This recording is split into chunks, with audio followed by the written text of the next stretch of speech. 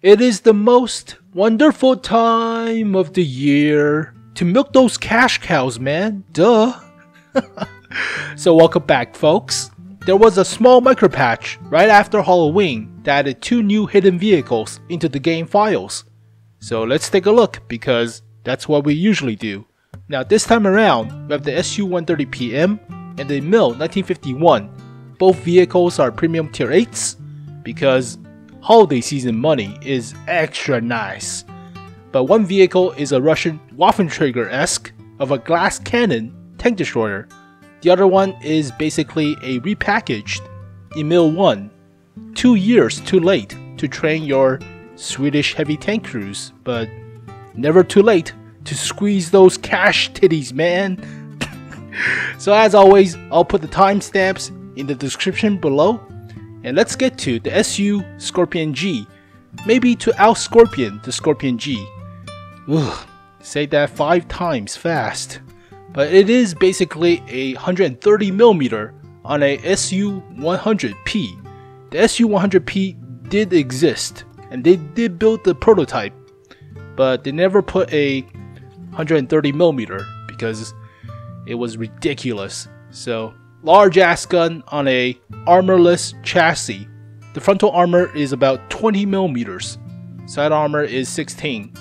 So any high explosives, any artillery shells will pin and you will get hurt.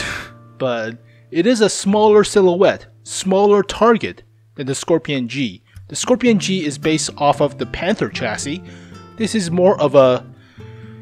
Ooh, that looks like a smaller SU-14-2. What the hell is the name? I totally forget the name. But or a smaller 261. 261 is based off of the IS-7-ish of a chassis, but it has no armor whatsoever. So kinda looks like the Grill 15 in a sense, but you have a large ass ammo rack in the back too. So this part is likely the ammo rack, I presume. Yeah, it's the ammo rack in the back. And you store all your ammos, and you get ammo racked if you get hit by artillery or high explosives. That's the ammo rack. So it's not the engine. The engine's at the front. Now, surprisingly, it has a lot of module health for the engine as well, so you don't get engine stuck like the Waffentrager Panzer IV.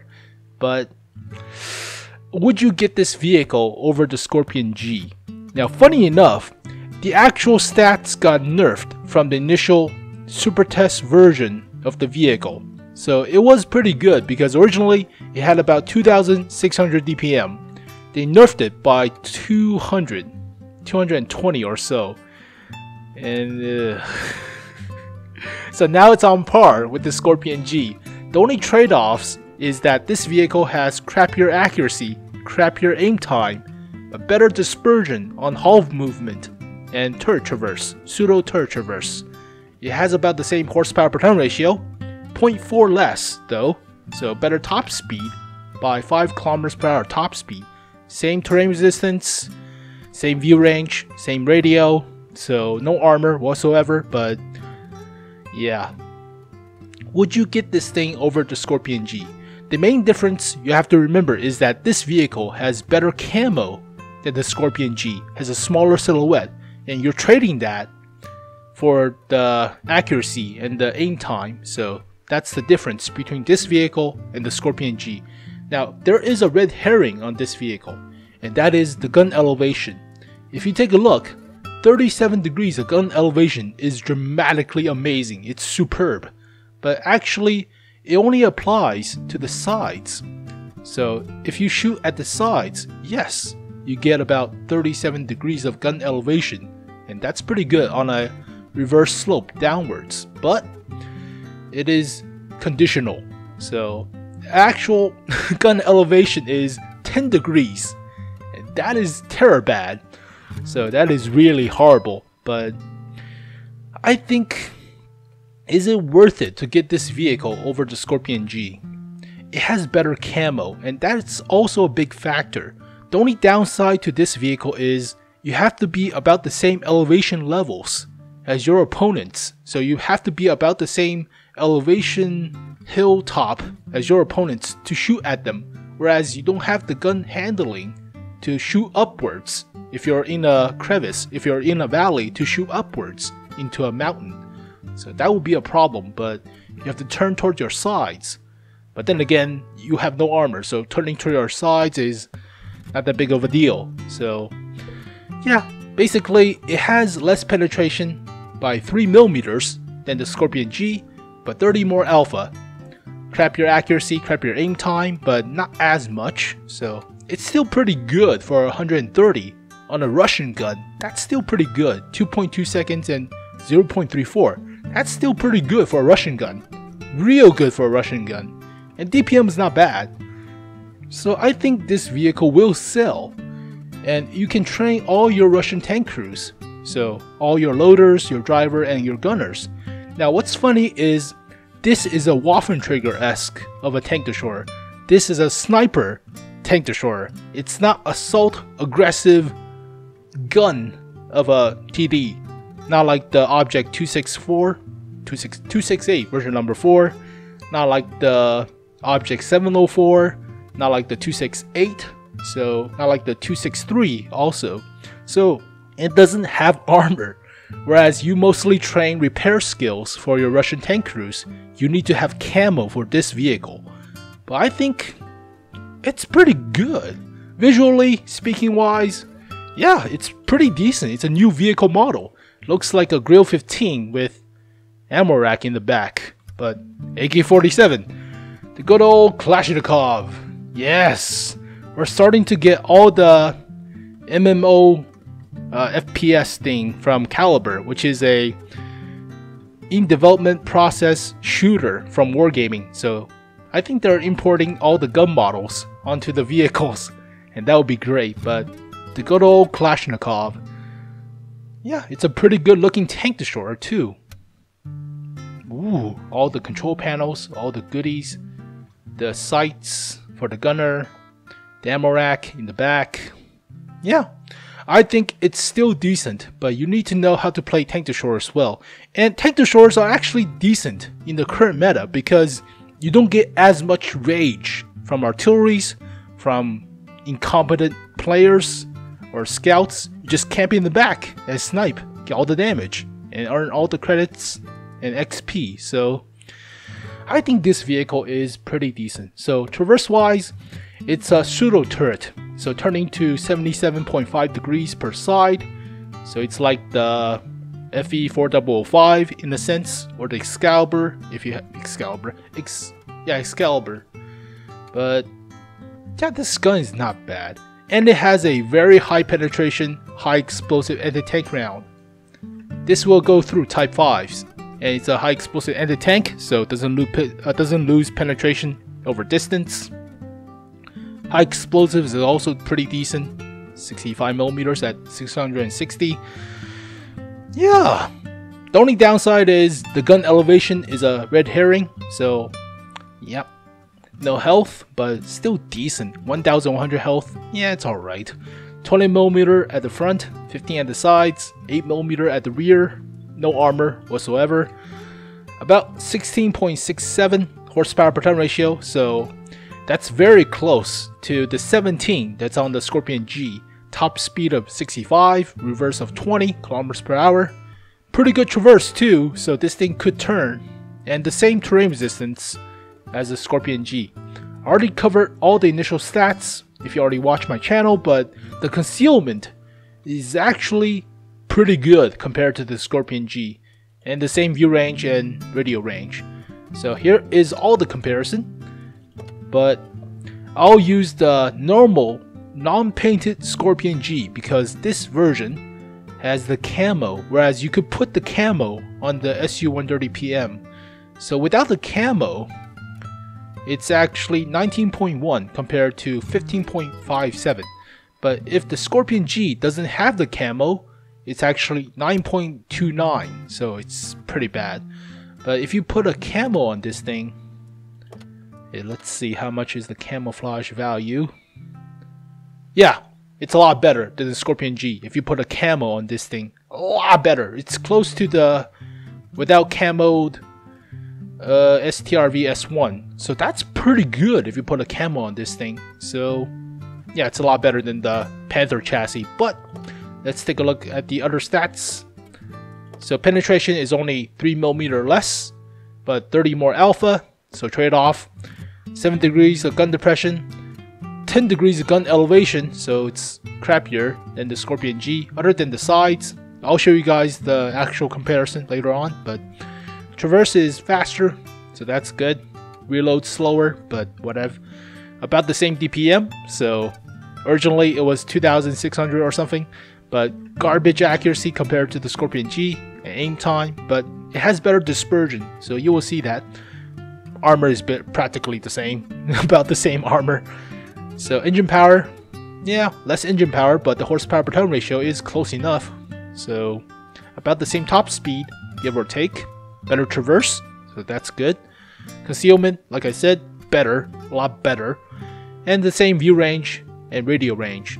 So would you get this vehicle over the Scorpion G? The Scorpion G is actually the most popular Tier 8 premium, other than the Object 252U. So yeah, but that's German. You want to have a Russian bias, you get this thing. Would you get it? There is no sniper Russian TD line anymore. So they removed the SU-13054. They nerfed the Object 263. So originally those lines or vehicles from that line is more of a sniping tank destroyer, whereas the ISU-152 Object 704 are more like derpy, large ass guns on an assault carrier-esque of a TD. So assault gun tank destroyers.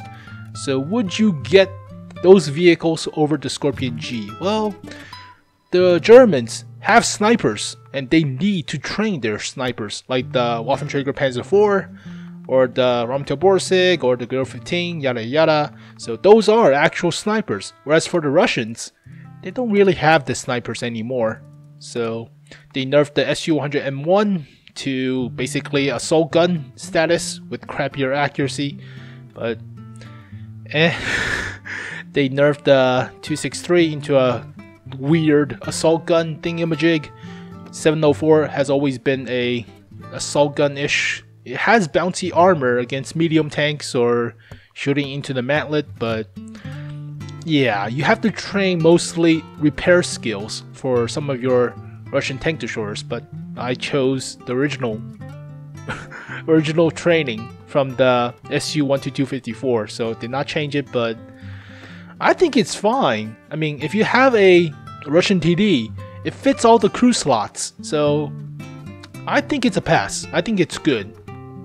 Just have to deal with the 10 degrees of gun elevation.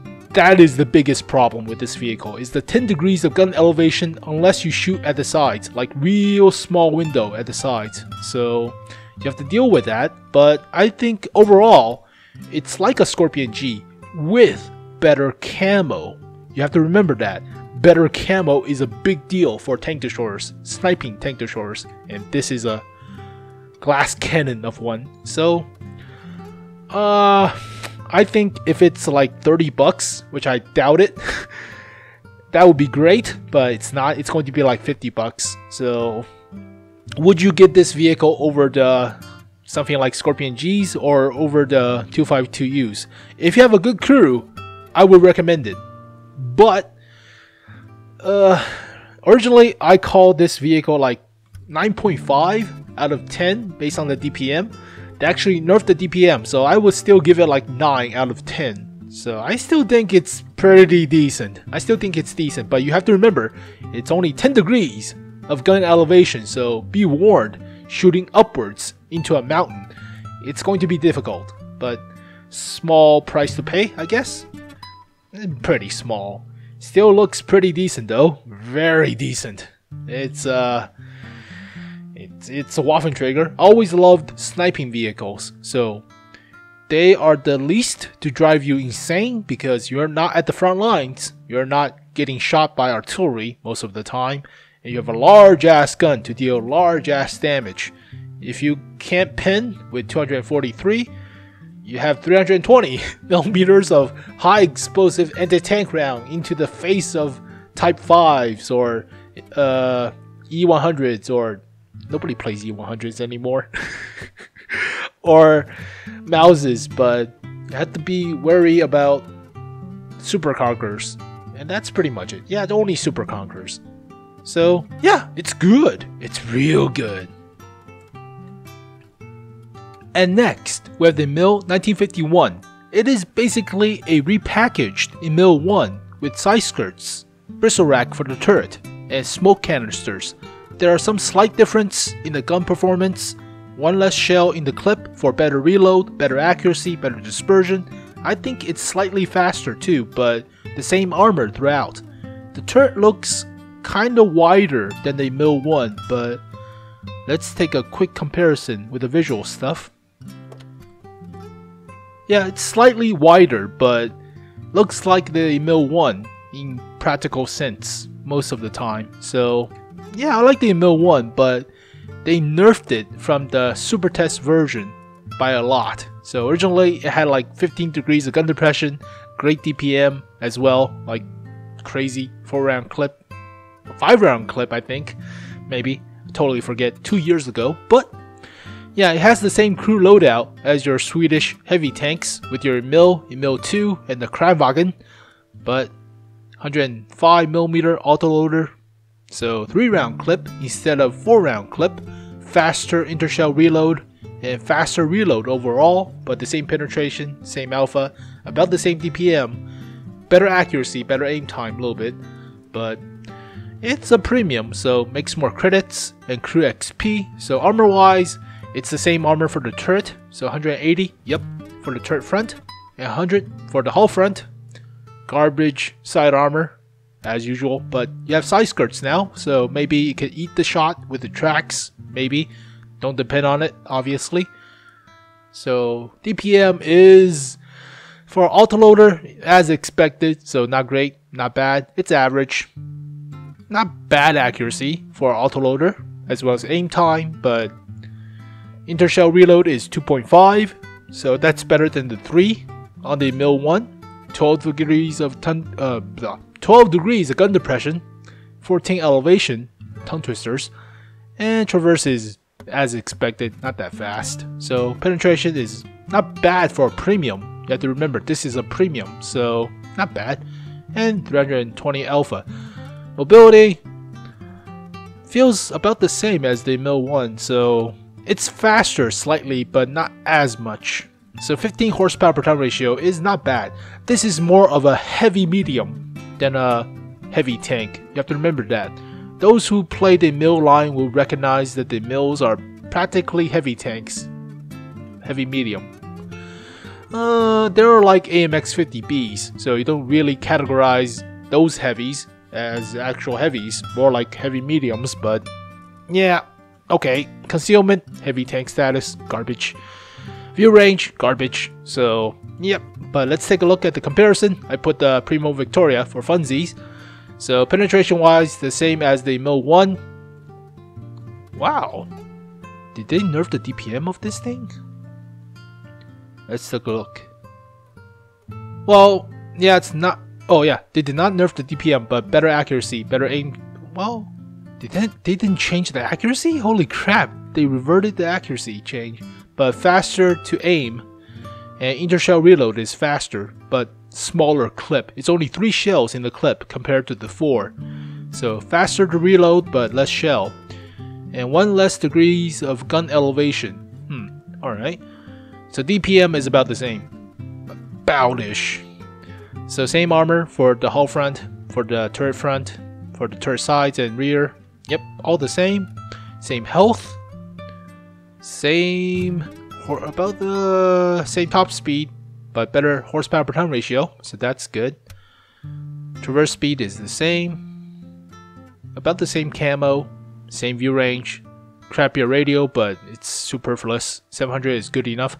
So basically, it's a repackaged EMIL I. All the stats have not changed since the ST server. I thought they had better accuracy than the EMIL I, but I guess not. So would you get this vehicle to train your Swedish heavy tank crews? Well, I mean, if you enjoy playing the EMIL I, which I do, it's not bad, but the EMIL turret is only good if you gun depress. If you're fully gun depressed and using the sloping, normally it's decent against medium tanks, but not against high penetration guns.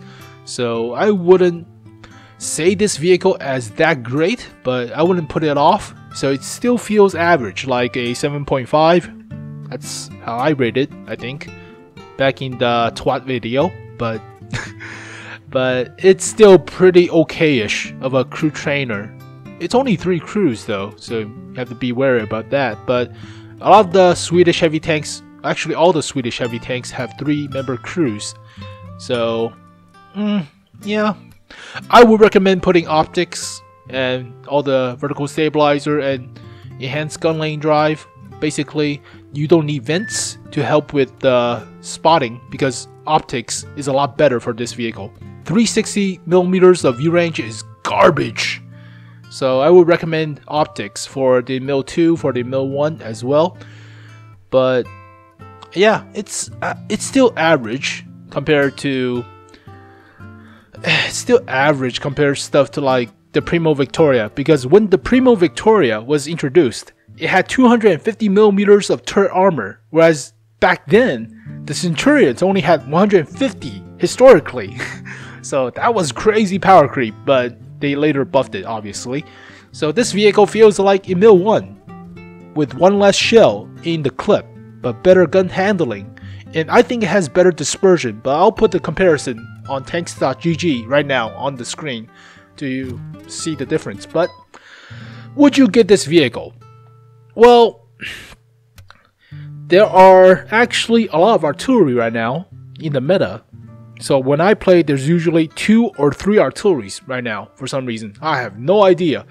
And most of the time, you don't have enough time on the hill to unload your clip and run away before you get splashed by artillery. So that's a problem for hill camping EMIL tanks.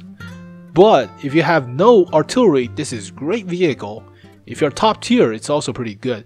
Also, I think there was a grand battle mode with the tier 8s announced on the website, so it is pretty good on grand battle mode because you have the turret armor and there are no higher tiers. So against lower tiers, it's a pretty decent tank.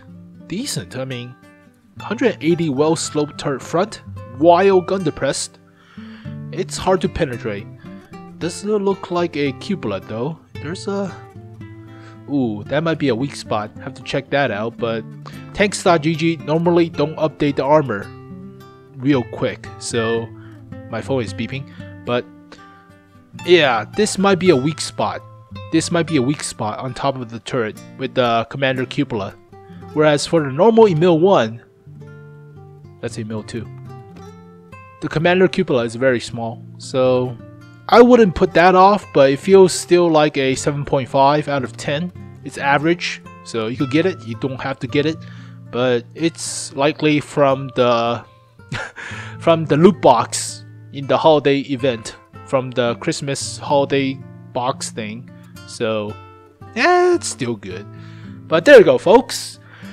The SU-130PM and the EMIL 1951. So I still think the SU is viable, very viable. You just have to be aware of the gun elevation, and that's a big deal if you know how to play these maps. So sometimes you get a gigantic hill and you cannot shoot upwards, and that might be a problem, but not bad. I still think this is a very good vehicle if you know how to play well. And if you have the high ground as well as a camping bush, it has better camo than the Scorpion G. And the stats are basically balanced out, so slight difference in the accuracy and the aim time for better dispersion, slightly slower to rev up but better top speed, yada yada yada. But just have to be aware of the gun elevation, 10 degrees at the front. So that's the only thing, but it's still pretty punchy and it's still a premium, so I think it's good. But there you go, folks, the SU-130PM and the EMIL 1951. So Yep, new vehicles for you to buy, but I do wish these vehicles become available in the tech tree for gold, and therefore you can buy it with gold from tournaments. So, oh well, but thank you guys for watching this video. Hopefully you guys enjoyed it. I'll see you guys next time. Milk those titties. This cash cow titties. But I'll see you guys next time. Peace.